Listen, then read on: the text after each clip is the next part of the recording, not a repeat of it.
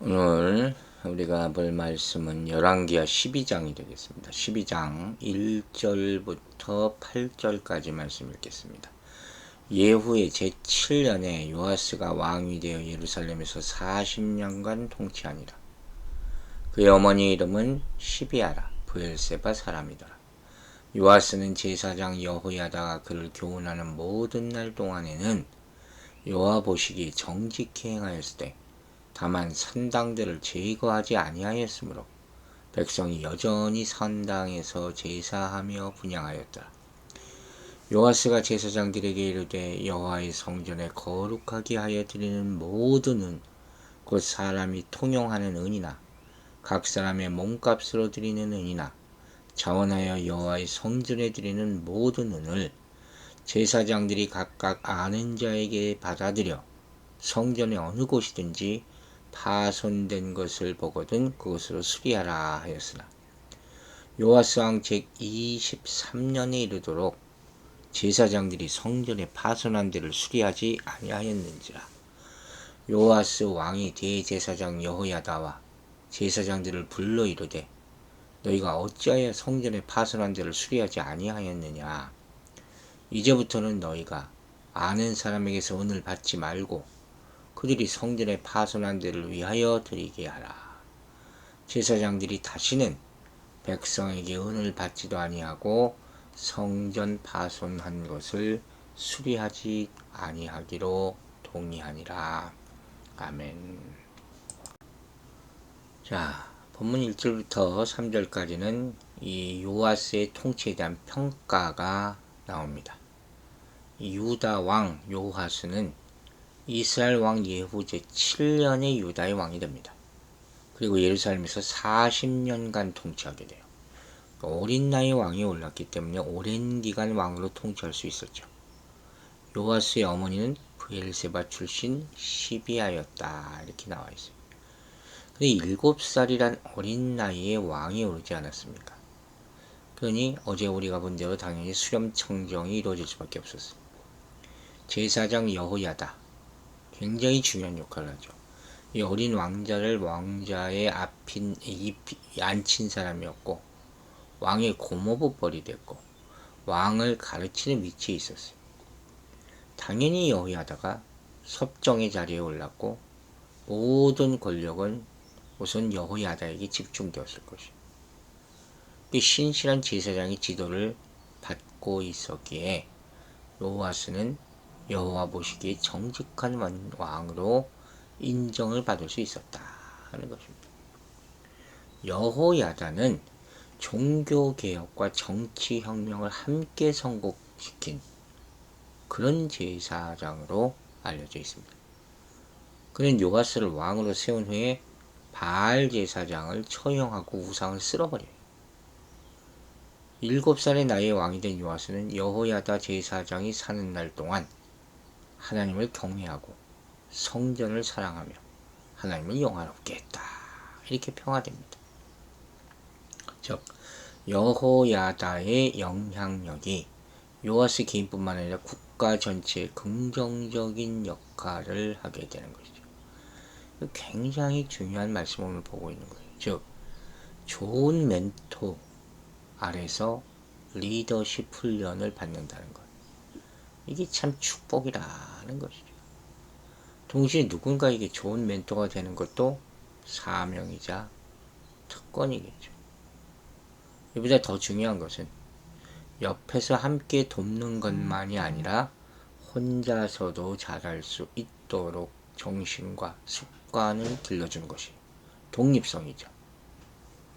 사람은 물리적, 공간적으로 영원히 함께하는 것이 불가능하지 않습니까? 죽을 때까지 받을 수는 없잖아요. 그러니까 그것도 훈련시키는 것이죠.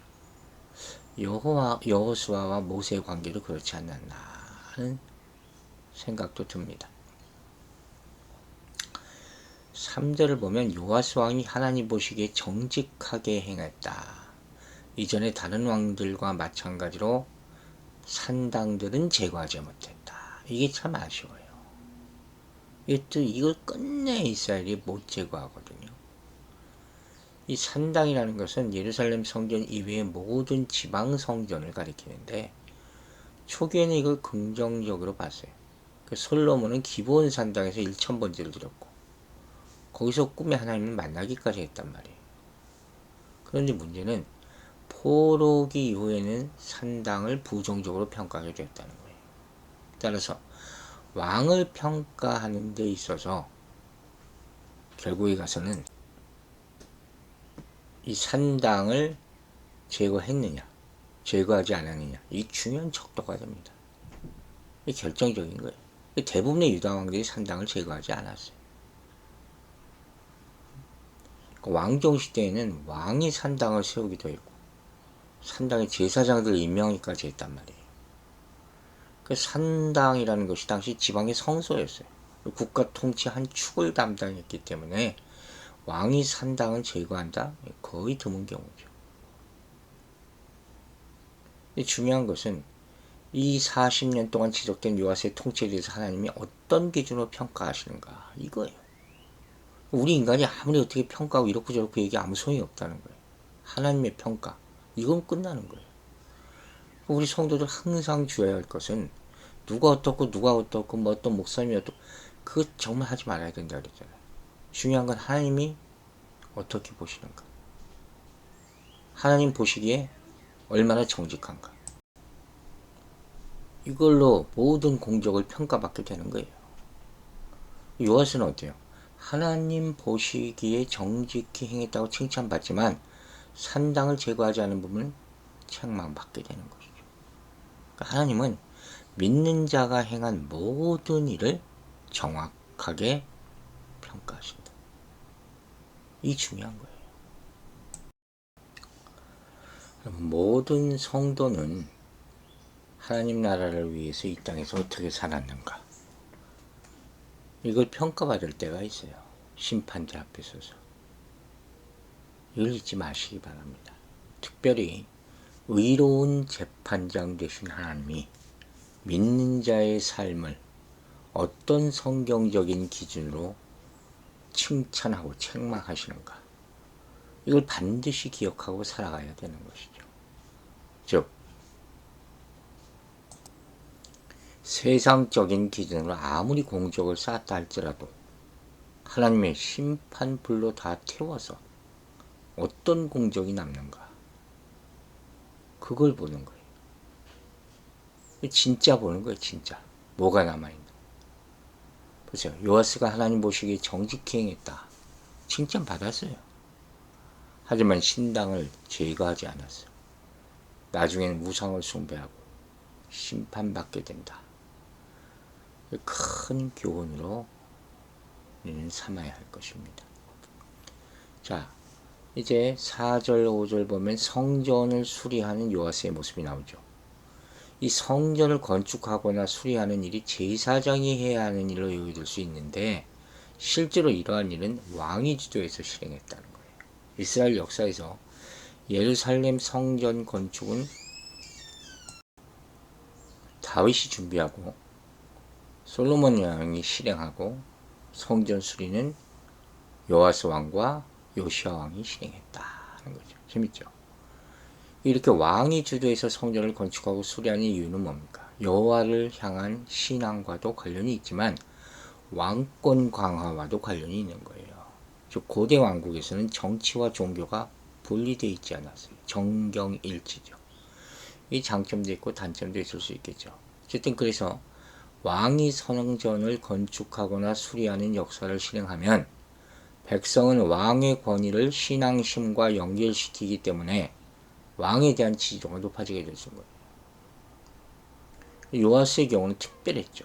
7살이라는 어린 나이에 왕이 올랐으니까 왕권을 제대로 행사할 수 없는 상태였잖아요.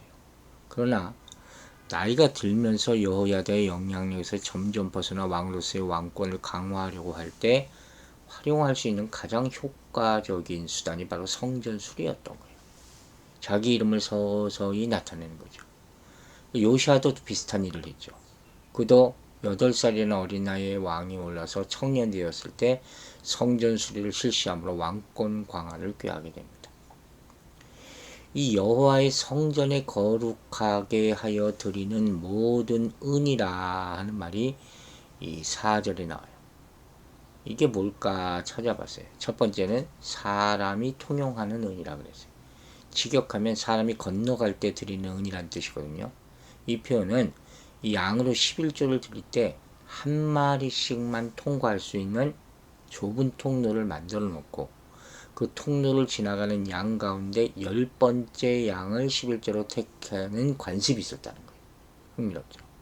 거기서 유래한 거예요. 이 헌금은 모든 사람이 드리는 의무적인 헌금, 즉 성전세라고 할 수 있는 겁니다. 이 성전세는 출애굽기 30장 11절부터 보면 각 사람이 생명의 속전으로 반세겔씩 여호와께 드리도록 규정되어 있어요. 두 번째는 각 삶의 몸값으로 드리는 문이라 그랬어요. 그래서 남녀노소의 차이에 따라 드리는 성전세. 20세부터 60세까지 남자는 은 50세겔, 여자는 은 30세겔을 바쳐야 했다. 레위기 27장에 나옵니다. 세 번째는 자원하여 여호와의 전에 드리는 은이라 그랬어요. 이건 감사의 예물이에요. 일종의 의무적인 헌금이 아니었다는 거예요. 5절에는 각각 아는 자에게서 받아들여라는 표현이 나오죠. 이게 중요하거든요. 이게 무슨 소리냐? 개역 성경 번역에 하면 마치 위에 세 가지 헌금을 제사장들이 각각 아는 자에게서 받아서 성전에 두라는 것으로 이해할 수 있어요. 그런데 이 각각 아는 자에게서 받아들인다는 것이 이게 무슨 소린가 명확하게 우리가 이해하기 어렵단 말이에요. 히브리 본문을 직역하면 이렇게 나와 있어요. 제사장들은 자신들을 위하여 취할 것이며 각각 그 아는 사람으로부터도 취할 것이니라. 그러니까 이 말은 제사장이 사사로이 받은 선물을 의미하거나 희생제물의 가격을 정해주고 예물의 정도를 결정해주면서 얻는 소득을 말하는 거예요. 요아스 왕은 앞에서 얘기한 네 가지 헌금을 받아서 그것으로 성전을 수리하라고. 이게 핵심이죠. 성전 수리비를 어디서 충당하느냐 하는 것이죠. 이렇게 요아스는 바알을 섬겼던 아달라와 바알을 위하여 성전을 약탈했던 그 아들들로 인해 파손된 성전을 수리하는 계획을 진행하고 있는 거예요. 이걸 볼 때 교회는 이 교회에 들어오는 다양한 종류의 헌물이 있잖아요. 이것을 무너진 예배, 무너진 성전을 회복하는 데 우선적으로 사용해야 된다 하는 교훈을 우리에게 주는 거예요. 여러분 생각해 보세요. 우상을 섬기면 우리 마음 안에 성전도 타게 되고 무너지게 되어 있어요. 영적인 성전이 무너지면 안 되는 거예요. 그러면 우리가 생각해야 될 우선순위는 뭡니까? 눈에 보이는 경제적인 풍요와 정치적인 성공이 아니라 마음의 성전을 수리하고 재건하는 것. 이게 사실은 가장 중요하다 하는 말씀이에요. 즉 성령의 전이라고 할 수 있는 자신과 공동체에 무너지고 파손된 것을 회복하기 위해서는 전적인 헌신이 필요하다 하는 거예요. 또한 공동체에 들어오는 다양한 헌물로 하나님 나라 공동체를 세워가기 위해서는 성경적인 원칙을 세워 투명하게 사용해야 된다. 재정이 투명해야 된다. 제가 항상 강조하는 것이죠. 교회의 재정이 투명하지 않으면 반드시 썩게 돼 있다. 지도자들이 모범을 보여야 된다 하는 것이죠. 그런데 6절부터 보면 제사장들은 이 요아스 왕의 명령을 따르지 않았다 그랬어요. 요아스 왕 23년, 요아스가 30세 되던 해가 되도록 성전을 수리하지 않았다. 기싸움이죠, 일종. 아니면 자기 그 이익을 붙잡고 있는 거죠. 그러니까 요아스 왕이 제사장들을 불러서 책망하면서 더 이상 헌금 받지 못하도록 조치하는 거예요. 엉뚱한데 사리사욕을 채우냐 하는 것이죠. 그러니까 이제 헌금도 안 받고 성전 수리도 담당하지 않도록 동의하게 되고 왕과 제사장 사이가 편치 않게 되는 거죠. 돈 문제예요, 결국. 그러니까 요아스 왕은 다른 헌금은 제사장들이 받을 수 있게 하고 이제 왕이 성전의 헌금에 대한 많은 권한을 가지게 되는 거예요. 그것 가지고 성전을 수리했다 하는 것이죠. 즉 이렇게 요아스는 제사장들의 의무 불이행에도 불구하고 성전 회복을 위한 계획을 포기하거나 멈추지 않았어요. 그는 새로운 재정 조달 체계를 세움으로써 성전 수리 계획을 더 확고하게 실행하겠다 하는 의지를 나타냅니다.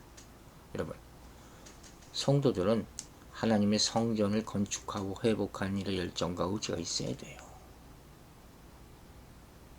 우리는 이 영적 회복을 이루는데 가장 먼저 힘을 써야 된다는 것이죠. 이렇게 요아스가 성전에서 양육되는 동안 제사장이 여호야다에게 훈련받은 것이 성전 회복을 향한 그의 열심에 지대한 영향을 끼쳤다고 결론적으로 볼 수 있는 것이죠. 또 요아스가 성전을 수리하기 위해 모든 헌금을 사용하라고 명령했음에도 불구하고 제사장들을 시행하지 않자 성전 개혁이 벽에 부딪혔지만 요아스는 하나님의 성전 재건을 향한 열망으로 위한 헌금 제도를 개선해서라도 목적을 실행하고자 하는 확고한 태도를 보이는 거예요. 이런 것들을 우리가 본받아야 된다는 거예요. 여러분, 우리가 드린 헌금은 하나님 나라를 세우는 사역에 쓰여지게 됩니다. 그 마음으로 섬기기를 주의 이름으로 축원합니다. 기도하겠습니다. 아버지 하나님, 오늘도 귀한 말씀 주심으로 하늘 시작하게 하심을 감사드립니다.